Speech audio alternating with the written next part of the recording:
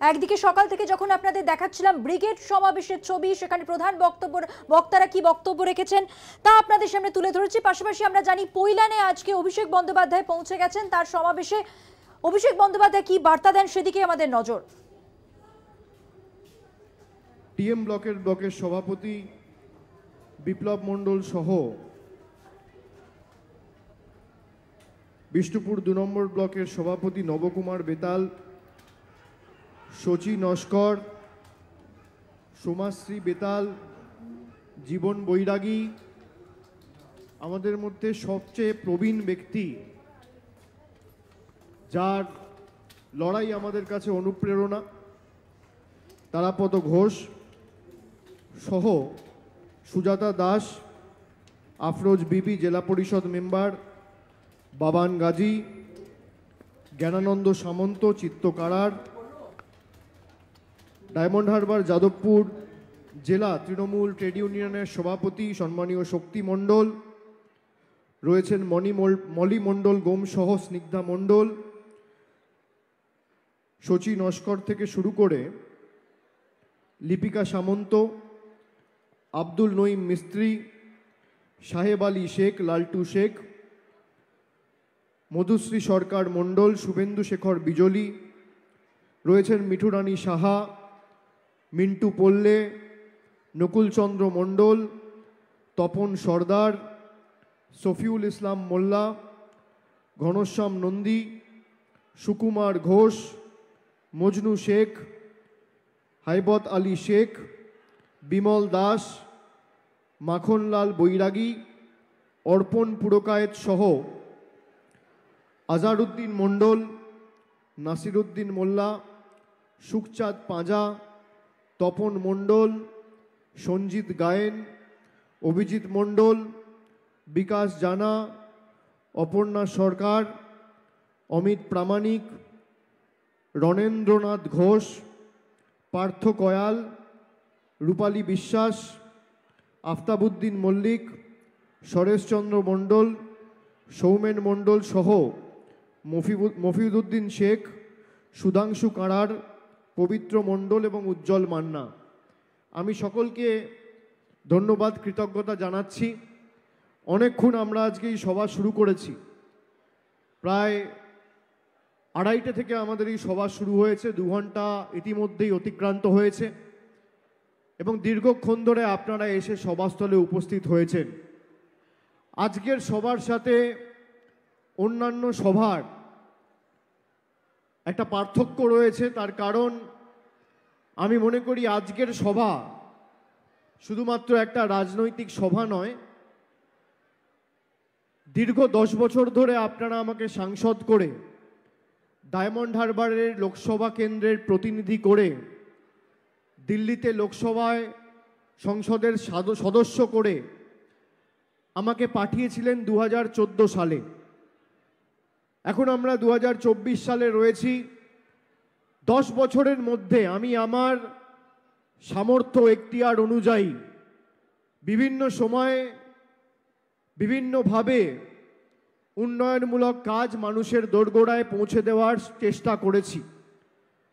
কখনো জল, কখনো কল, কখনো রাস্তা, কখনো পরিকাঠামোগত উন্নয়ন। প্রথমবার যখন ডায়মন্ড হারবার লোকসভা কেন্দ্রের প্রতিদ্বন্দ্বী হিসেবে আমার নাম তৃণমূল কংগ্রেসের তরফে ঘোষণা করা হয়েছিল 2014 সালের মার্চ মাসে, আমি প্রথম সভাটা করেছিলাম আজকের এই মাঠে, পৈলানের দৌলতপুর যুব সংঘের মাঠে। এবং প্রত্যেক নির্বাচনের সময় আমরা আমাদের রাজনৈতিক কর্মসূচি আপনাদের সবার আশীর্বাদ, দোয়া, ভালোবাসাকে পাথেয় করে এই মাঠ থেকেই শুরু করি। 2019 সালেও লড়াই শুরু হয়েছিল এই মাঠ থেকে, 14 সালেও এই মাঠ থেকে, 16 সালেও এই মাঠ থেকে, এমনকি 2021 সালের যে লড়াই, মমতা বন্দ্যোপাধ্যায়ের জেলা কর্মী সভা হয়েছিল এই মাঠেই। আমি তাই অনেক ভেবে আমি সিদ্ধান্ত নিলাম যে কোনো শুভ কাজ যখন এই পৈলানের মাটি থেকেই আমরা শুরু করি, আজকের এই বার্ধক্য ভাতার যে অনুষ্ঠান কথা দিয়ে কথা রাখার যে অনুষ্ঠান, প্রতিশ্রুতি বাস্তবায়িত করার যে অনুষ্ঠান, মানুষের স্বপ্ন পূরণের যে অনুষ্ঠান, সেটা আজকে আমরা এই মাঠেই করব। এই মাঠে শুধুমাত্র আজকে ডায়মন্ড হারবারের বিস্তীর্ণ এলাকা জুড়ে একমাত্র সভা নয়, ৭১টা অঞ্চল আর বিভিন্ন ৯২-৯৩টা ওয়ার্ড, ১৬৪টা আলাদা সভা আজকে এই মুহূর্তে ডায়মন্ড হারবারের বিস্তীর্ণ এলাকা জুড়ে হচ্ছে। প্রত্যেকটা অঞ্চলে একটা করে সভা হচ্ছে, প্রত্যেকটা ওয়ার্ডে আলাদা করে সভা হচ্ছে। যে অঞ্চলে সভা হচ্ছে সেই অঞ্চলে নেতৃবৃন্দ, সর্বস্তরের নির্বাচিত জনপ্রতিনিধি এবং বিশিষ্ট সমাজসেবকেরা তারা সেই সভামঞ্চ থেকে, সভাস্থল থেকে গরিব বয়োজ্যেষ্ঠদের হাতে ১,০০০ টাকার চেক আজকে এই সভা থেকে তুলে দিচ্ছে। আমি 10ই নভেম্বর ফলতায় দীপাবলি কালী পুজোর প্রাক্কালে একটি বস্ত্র বিতরণ অনুষ্ঠান করতে গিয়ে বলেছিলাম, আমি আমার অভিজ্ঞতার কথা বলেছিলাম। আমি বলেছিলাম যে আমি দীর্ঘ ২-২.৫ মাস তৃণমূলের নবজোয়ার কর্মসূচি যখন করেছিলাম, কুচবিহার থেকে কর্মসূচি শুরু করার সময় দীর্ঘ ২-২.৫ মাস আমি রাস্তায় ছিলাম। আমি মনে করি বার্ধক্য ভাতা যারা চাইছে বা নতুন করে যারা রেজিস্ট্রেশনের নাম লিখিয়েছে বা নথিভুক্ত করেছে, এটা অত্যন্ত ন্যায্য এবং ন্যায়সঙ্গত। আমি মনে করি যে আমাদের কর্তব্য, দায়িত্ব, দায়বদ্ধতা এই মানুষগুলোর পাশে দাঁড়ানো। আমি মনে করি জনপ্রতিনিধি হিসেবে আমাদের প্রথম কাজ এই মানুষগুলোর মুখে হাসি ফোটানো। ধর্মের ভেদাভেদি, রাজনৈতিক কাদা ছোড়াছুড়ি নয়। আমি মনে করি ইতিবাচক কাজ এবং উন্নয়নমূলক কর্মসূচি নিয়ে যদি আমি এদের বাড়িতে পৌঁছাতে পারি, তাহলে কিছুটা হলেও একটা পরিবর্তন, ইতিবাচক পরিবর্তন এদের জীবনে ঘটবে।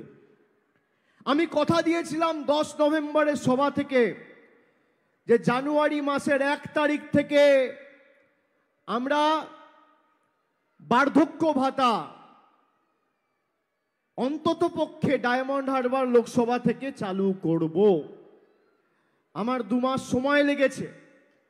নভেম্বর থেকে ডিসেম্বর 1 মাস, ডিসেম্বর থেকে জানুয়ারি আরো 1 মাস, 2 মাস। 1 তারিখ সভা করতে পারতাম। 1 তারিখ আমাদের দলের প্রতিষ্ঠা দিবস, নতুন বছর, অনেক কর্মসূচি থাকে। সেই কারণে আরো 7 দিন বাড়তি সময় নিয়ে, যাতে কোনো লোকের অসুবিধা না হয়, রোববারের দিনে আজকে আমরা এই সভা করার সিদ্ধান্ত নিয়েছিলাম। 2 মাস ধরে কিভাবে প্রায় ৭৫,১২০, ৭৬,১২০, সব মিলিয়ে সংখ্যা কত? ৭৬,১২০ আগে রেজিস্ট্রেশন করানো হয়েছে। 15-20 দিন ধরে বিভিন্ন অঞ্চলে, কোনো অঞ্চলে 5 দিন, কোনো অঞ্চলে 10 দিন, কোনো অঞ্চলে 7 দিন ওয়ার্ড ভিত্তিক রেজিস্ট্রেশন ক্যাম্প তৈরি করে প্রায় ৮৫,০০০ রেজিস্ট্রেশন আমাদের কাছে হয়েছিল। ৮৫,০০০। তারপর ফিজিক্যাল ভেরিফিকেশন হয়েছে যে কার একান্তই প্রয়োজন আর কার দরকার নেই, যাকে আমরা বলি ডেটা স্যানিটাইজেশন। সেই ডেটা চেক করে প্রত্যেকটা বাড়িতে গিয়ে আমাদের প্রায় 15,০০০, 16,০০০ ভলেন্টিয়ার, স্বেচ্ছাসেবক কর্মীবৃন্দ তারা বাড়িতে গিয়ে সেই ভেরিফিকেশন করে শেষ পর্যন্ত দেখা গেছে যে ৭৬,১২০ জন লোক ডায়মন্ড হারবার লোকসভা কেন্দ্রে রয়েছে যাদের সত্যি বার্ধক্য ভাতার প্রয়োজন রয়েছে। এটা বিশাল কর্মযজ্ঞ। ৭৬,১২০ জন লোকের ব্যাংক অ্যাকাউন্টে কিভাবে সরাসরি ডিবিটি ডাইরেক্ট ব্যাংক ট্রান্সফারের মাধ্যমে 1000 টাকা করে মাসিক সহায়তা আমরা পৌঁছে দিতে পারি। এটা একা কারোর পক্ষে সম্ভব না। 5 জন, 10 জন, 15 জন, 20 জন, 100 জন, 200 জন, 500 জন চাইলেই তো আর হলো না, সবাই মিলে এগিয়ে আসতে হবে। আমি আপনাদের অত্যন্ত গর্বের সাথে বলছি যে গত 2 মাস ধরে আমরা এই প্রক্রিয়াটা চালিয়েছি। বিভিন্ন বুথে আমাদের সক্রিয় কর্মীবৃন্দদের সাথে কথা বলে, আমাদের শুভানুধ্যায়ী সমর্থকদের সাথে কথা বলে আমরা 16,380 জন স্বেচ্ছাসেবককে আইডেন্টিফাই করেছি। কত? 16,380। এই 16,380 জন স্বেচ্ছাসেবক 4 জন বা 5 জনের দায়িত্ব নিয়েছে। সরাসরি তারা দায়িত্ব নিয়ে এই 5 জন বয়স্ক মানুষের জীবনে হাসি ফোটাবে, এবং তার মাধ্যমে আমরা এই স্বপ্নকে বাস্তবায়িত করতে পেরেছি। অনেক রাজনৈতিক দল অনেক সভা সমিতি করে, আজকেও অনেক দল অনেক সভা সমিতি করছে। রোববারের দুপুর শীতকাল, কিন্তু তৃণমূল কংগ্রেস আর অন্য রাজনৈতিক দলের মধ্যে পার্থক্য কি? অন্য সভা সমিতিতে মানুষ গেছে ভাষণ শুনতে, আর এখানে স্বপ্নকে বাস্তবায়িত হতে দেখতে এসছে। এটাই ডায়মন্ড হারবার মডেল। আমরা কথা দিয়ে কথা রাখি। 4 মাস পর নির্বাচন, 2 মাস পর ঘোষণা হয়ে যাবে হয়তো। জানুয়ারি আজকে 7 তারিখ হয়ে গেল, মার্চের প্রথম সপ্তাহে নির্বাচন ঘোষণা হয়ে যায় রীতিনীতি ঐতিহ্য অনুযায়ী। আর 2 মাস পর নির্বাচন ঘোষণা হয়ে যাবে। আমি চাইলে বলতে পারতাম যে আমাকে আবার জেতান বা তৃণমূলের প্রার্থীকে আবার জেতান, তারপর আমরা এই বিষয়টাকে অগ্রাধিকার দিয়ে দেখব। কিন্তু না, আগে ভোট দাও তারপর কাজের নীতিতে আর যে বিশ্বাসী হোক, অভিষেক বন্দ্যোপাধ্যায় বিশ্বাসী নয়। আমি যখন যে কোনো রাজনৈতিক কর্মসূচিতে মানুষকে যা কথা দিই, আমি চেষ্টা করি আমার শরীরের শেষ রক্তবিন্দু পর্যন্ত সে কথা আমি রাখবো। আমি ভেবে কথা দিই, আর যখন কথা দিই কথা রাখি। আমি সেই দলের কর্মী বা নেতা বা প্রতিনিধি নই যে বলে আগে ভোট দাও তারপর করে দেখাবো। আমি কাজ করে দেখাই, তারপর আপনাদের কাছে বলি কাজের হিসাব নিন আর ঐক্যবদ্ধভাবে ঘাসের উপর জোড়া ফুলে ভোট দিন। এটাই অন্য রাজনৈতিক দল আর আমাদের মধ্যে পার্থক্য।